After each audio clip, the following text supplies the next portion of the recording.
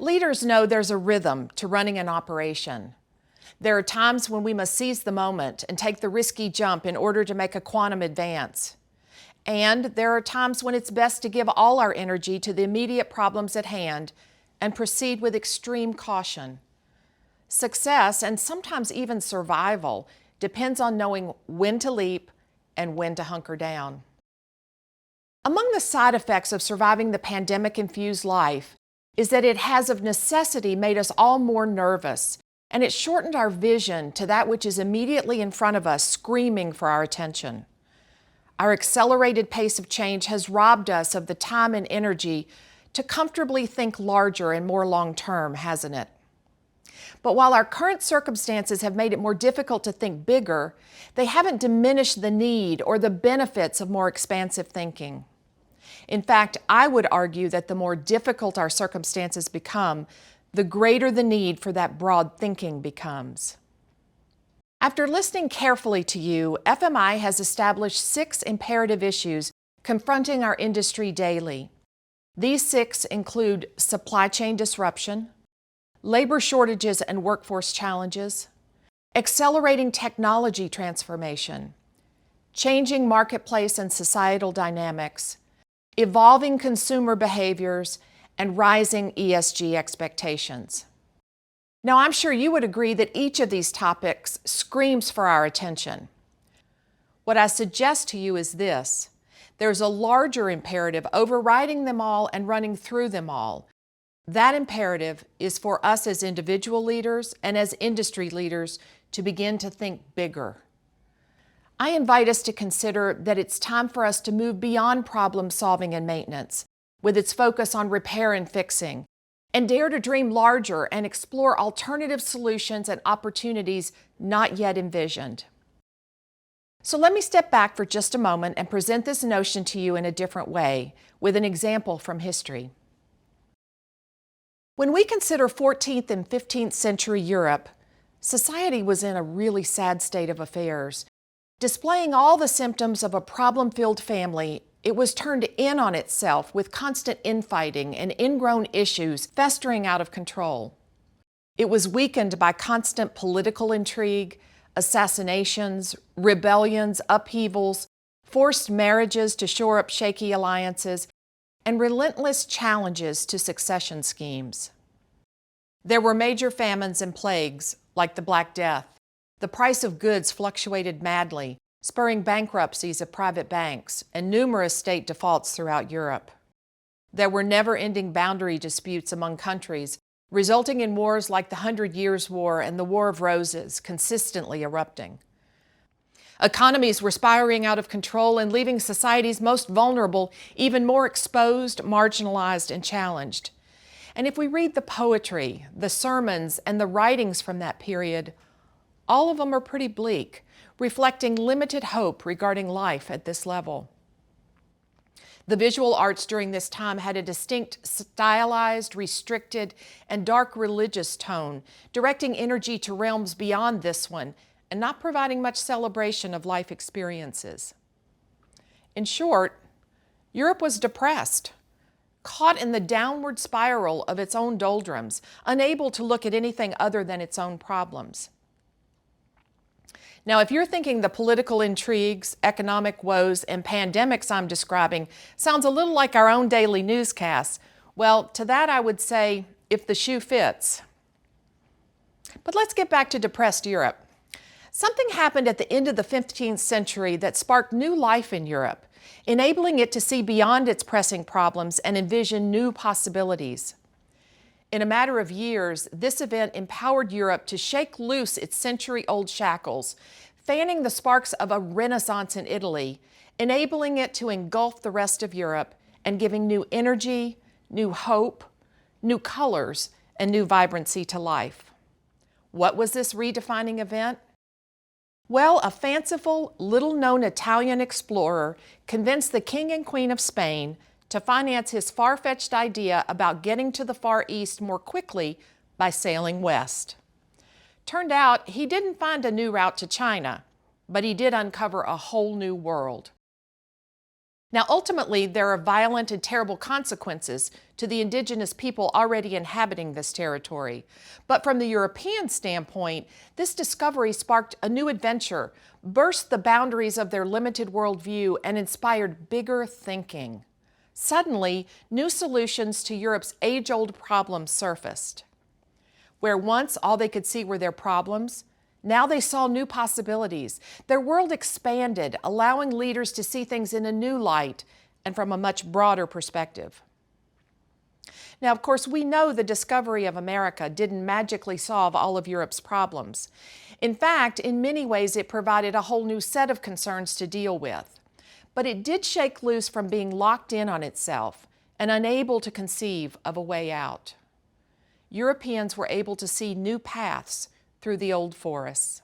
And that broader, re-envisioned worldview and the Renaissance, the Reformation, and the Age of Enlightenment it spurred made 16th and 17th century Europe a far more hopeful place to live than 13th, 14th, and 15th century Europe had ever been.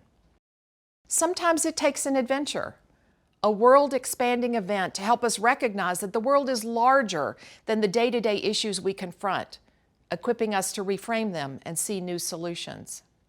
And if there's not a new world discovery to compel us out of the doldrums, sometimes we must create our own adventure, force ourselves out of our comfort zones, and make our own discoveries that open our eyes to exciting opportunities. Now, I mentioned earlier that as part of creating a new strategic plan, FMI established 6 imperative issues for the industry. And as we continue to advocate, educate, and collaborate on your behalf, please know we have many resources to help you address these conundrums. But please also know that we're challenging ourselves to explore these 6 through the 7th imperative lens of a new world perspective. This means scrutinizing each area to identify the elements that are capable and worth trying to fix, and also determining those requiring a whole new approach. Let's start with supply chain disruption. After years of the supply chain being a well-oiled non-issue for the industry, it suddenly became a central concern. No doubt COVID-19 revealed some cracks in the supply chain, exposing it to be far more vulnerable than we had imagined, and unfortunately, some of those cracks still show. Shifts in workforce ideology, disruption exacerbated by the war in Ukraine, soaring fuel costs, and severe weather events such as droughts, floods, hurricanes, and fires have impacted the supply chain. The sum total of these challenges has revealed that this problem is bigger than any one of us, requiring a consolidated effort. FMI has sought to be a valuable industry-wide facilitator by doubling down on the opportunities we provide for retailers and suppliers to gather, talk together, and seek solutions. So whether virtual or in person, we've brought industry operatives together to discuss what's working, confess what isn't, and examine what should be done to improve the situation.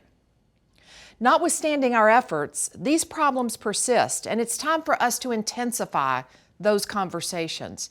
Together, we must seek bigger picture solutions that reestablish supply chain equilibrium, build more flexibility and agility into the system, and help future-proof the food supply chain if we're to restore consumer confidence in it. Next up, labor shortages and workforce challenges. Without a doubt, one of the most disrupting features of the pandemic has to be its impact on work attitudes. Universally, it spawned fundamental questions about labor like, why should I work? Who do I want to work for? Where do I want to work? When do I want to work? And how do I want to work?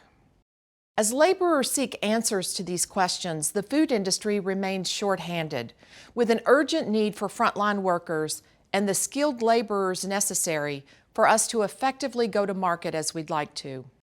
We've been forced to adapt our employment models to better accommodate the needs of a new worker, requiring us to build a future workplace that differs dramatically from the workplace of previous years. And we desperately need to publicly communicate these changes to remain competitive and enhance industry reputation and attractiveness. Through an initiative of the FMI Foundation, FMI is partnering with the National Junior Achievement Organization to help us better address the recruitment needs on the front end of the employment spectrum.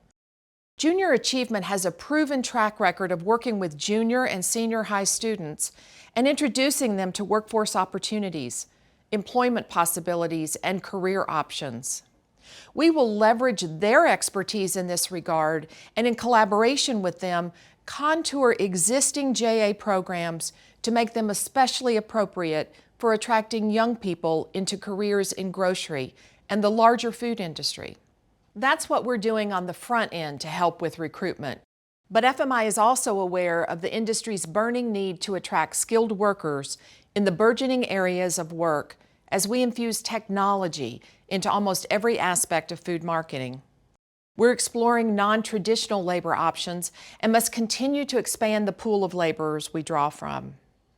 And we're aware of the industry's need to retain and effectively train experienced workers, so they not only keep up, but also lead in the fast-paced changes taking place in our industry on a daily basis.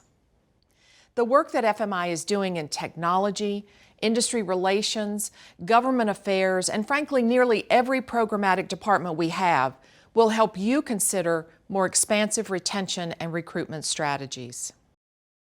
The imperative issue of changing marketplace and societal dynamics encompasses an area in which we are often relegated to reacting to larger forces at work that are well beyond our control. Inflation, input costs, labor policy, wages, and e-commerce are all challenging how we manage our businesses. But when all is said and done, those are realities we must wrestle with and generally are not issues within our power to eradicate. While we can try to sway and do our best to manage these forces, the bottom line is our industry alone cannot change inflation rates, lower input costs, or afford to reduce wages. Summed up, this means FMI's advocacy for you in our nation's capital remains crucial as we work on your behalf to protect pro-business policies to ensure that legislators truly know the impact their actions will have on your ability to provide safe, nutritious food to the nation. It also means more intimate work will be required with the national level departments, the federal agencies, and the bureaus whose job it is to address these larger-than-life issues, ensuring your voice, your concerns, and your challenges are heard. As the purchasing agent for the consumer, retailers are often the advocate for the shopper. And when we share your voice, it reverberates with the concerns of the constituents of those elected to public office. Our job, in conjunction with you, is to frequently remind them of that fact. That brings us to the next imperative issue of evolving consumer behaviors. One of the few benefits that the pandemic bestowed upon us was a rediscovery of the joy of the home-cooked meal and a recovery of the benefits of families eating together. Gratefully, as research from the FMI Foundation's Family Meals movement can substantiate, that trend is continuing and will likely be further fueled by the inflation-driven need to ensure the food dollar stretches as far as possible. However, activities restricted during the pandemic are picking back up, meaning that families, even if they're trying to eat more often at home, are more stretched and stressed for time. These schedule juggling time constraints place added pressure on meal occasion planning and fuel our customers' need for help with menus that are simple, tasty, convenient, and affordable. This return to the full court press of stressful scheduling, of course, has significant implications for how the industry seeks to address consumer values, expectations, and preferred shopping behaviors. Making at-home dining as convenient, effortless, and healthy as possible simply must be a priority. We must remain cognizant that the consumer's notion of convenience is expansive. It embraces the food itself and how it's prepared, but it also includes ease of pickup and ready access to information about the food. So improving omni-channel shopping experiences and addressing consumer demands for environmentally friendly packaging, information transparency, and increased consumer sensitivity to health and wellness are all a part of the package of paying attention to evolving consumer values and their understanding of convenience. And this segues into the next imperative, which is rising ESG expectations. Food is central to all our lives, and the food marketplace serves as the community gathering ground in a common quest for sustenance. It's not an accident, then, that shoppers choose the supermarket as the place to express their personal and societal values. Food retailers are often held to a higher value standard than other businesses. Loyal shoppers want to trust that their food store, the company behind it, and the larger industry share their concerns about the environment, social responsibility regarding food insecurity and hunger, and progress toward diversity, equity, and belonging goals. And they will seek out information to verify that you share their level of conscientiousness about these concerns. FMI's Diversity, Equity, Inclusion, and Belonging Committee shares resources and supports our members in their quest for racial justice in their company and communities. Our commitment to reduce food waste, fight food insecurity and hunger, and improve nutrition compelled our active participation in last September's White House Conference on Hunger, Nutrition, and Health. With your participation, we crafted, presented, and represented our industry's goals in the objectives and outcomes portion of that gathering. And we continue to offer leadership in the follow-up meetings being hosted by the White House on a regular basis. Rising consumer ESG expectations have not reached fever pitch yet, but they're growing. The younger generations weave these concerns into the very fabric of their being, and importantly, they expect you to do the same. To them, your company's values are as important as the quality of your products and the satisfaction of your performance. The final imperative, and one I purposely saved for last, is accelerating technology transformation.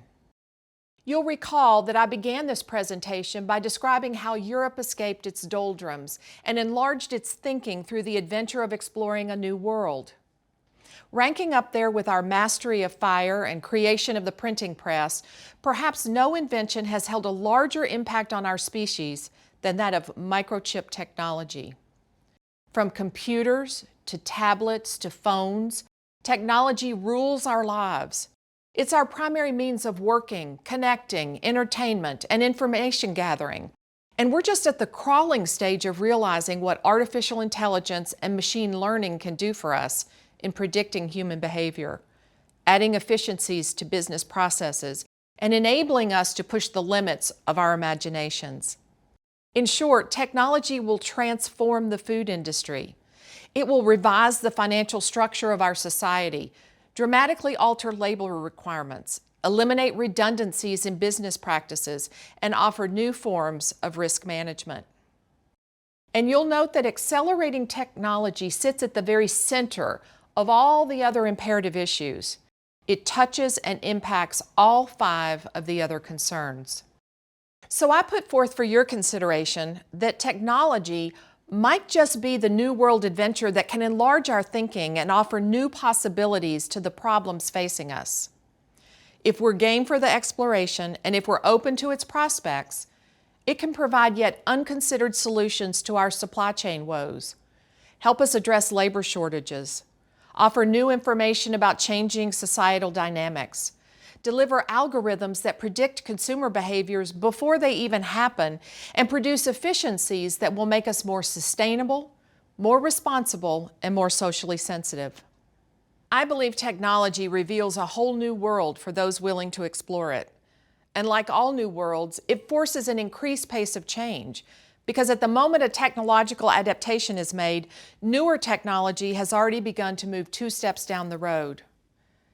Our job will be to work diligently to ensure the gap between technology creation and technology utilization gets smaller and smaller. Just as Christopher Columbus discovered when making his pitch before King Ferdinand and Queen Isabella of Spain, embarking on a new adventure requires a firm belief in our convictions, the courage to undertake a risky voyage, and the backing of supportive adventurers. With strong belief in the convictions contained in our newly approved strategic plan in hand, FMI definitely has the courage and stands ready to embark with you on an adventure into a brave new world. I hope you'll agree with me that this new world is one in which our best days lie ahead. My thanks to each of you for discovering your courage and joining us on this exciting and promising new adventure.